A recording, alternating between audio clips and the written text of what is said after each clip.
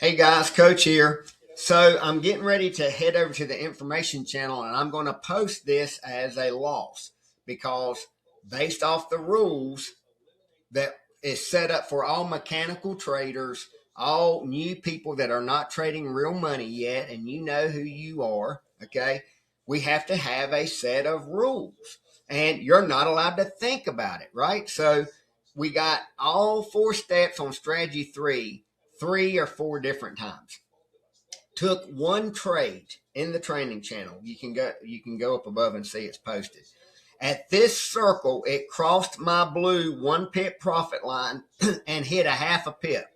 So it was up for me $10 because I play $20 a pip. So if I go there, my take profit is set at $20, and you can see what that percentage move is. 0.01% is what I'm looking for that move. And for me, it's worth $20. I got half of that. I got 10. I could have easily taken profit right then because I'm playing after the news, right? And I'm playing before the next news event. So based on my entry right there, it was green and I could have taken profit. I did not because I've got to let it run the 2-hour trade to 11 o'clock.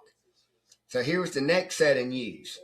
If you are practicing and depending upon what phase you're in, you are going to get out of the news and then look for a re-entry on that, which you actually get, and play it again. That time it hit 0.03, 0.3%. Okay. So you could have come out of those at any point in time. During phase 1, you're not allowed. You're not allowed to come out until 11 o'clock or unless it does, in fact, hit target 1. Now, you won't have this on your screen. You won't have that on your screen because you're not going to be playing real money. You won't be hooked to a live account. You'll be looking at a live account to make sure that you get the spread correctly, right? But we're not worried about that money or that because you're paper trading it in a notebook so that you can say in my journal, during that time frame in the first 10 minutes, it hit. Then it took it another hour and it hit again. There's 2 news events. When you're playing real money and you're not journaling those type of entries, okay, you get in, you get out, you get paid, you get gone. You look for it to set up again. So you're going to go through these 3 different phases that I'm talking about. So it's no secret my trade is still running because I'm in phase 3, I'm an intuitive trader, and I know that this trade won't run until either I take profit or I hit a stop loss.